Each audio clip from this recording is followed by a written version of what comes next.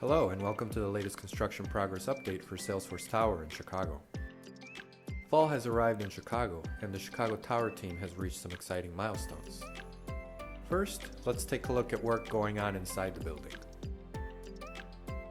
Salesforce's tenant Interiors officially kicked off construction in September.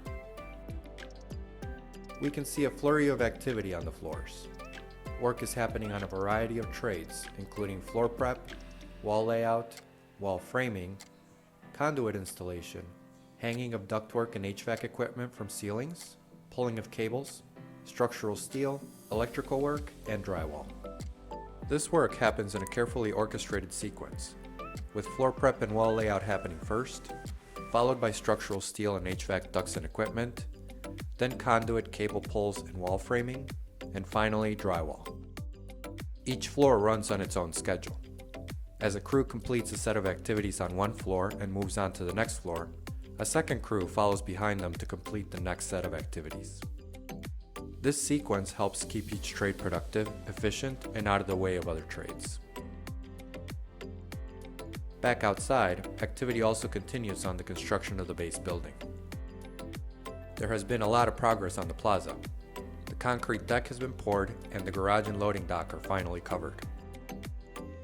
With the deck in place, work has started on waterproofing and pavers for the plaza. We can see the different hardscape, softscape, steps, and precast concrete edges start to take shape. The building's freight elevators are officially up and running. This means the skip hoist that was previously attached to the side of the building to move people and materials up and down has been removed. The slot left open for the skip hoist is being closed up, with glass curtain wall being installed from the bottom to the top of the building, leaving each floor fully enclosed and protected from the elements.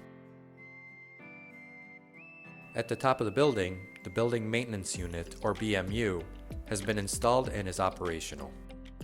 The BMU is a platform that is raised and lowered with cables along the facade of the building for window washing and other maintenance work to the building's facade. With the BMU in place, another exciting milestone can proceed: the installation of the skyline sign. The top of Salesforce Tower will have a lighted sign with Salesforce's name. The 10 letters that spell out Salesforce have begun arriving on site and are being lifted one at a time using the BMU.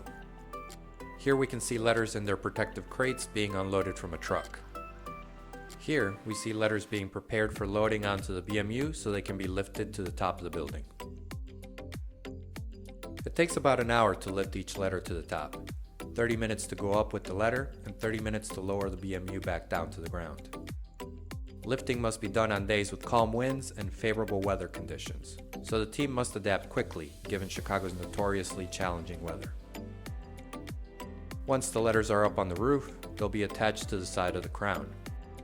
The small white bumps visible in this view are attachment tabs that have already been installed for each letter to fasten to. That concludes this site visit. Thank you for watching.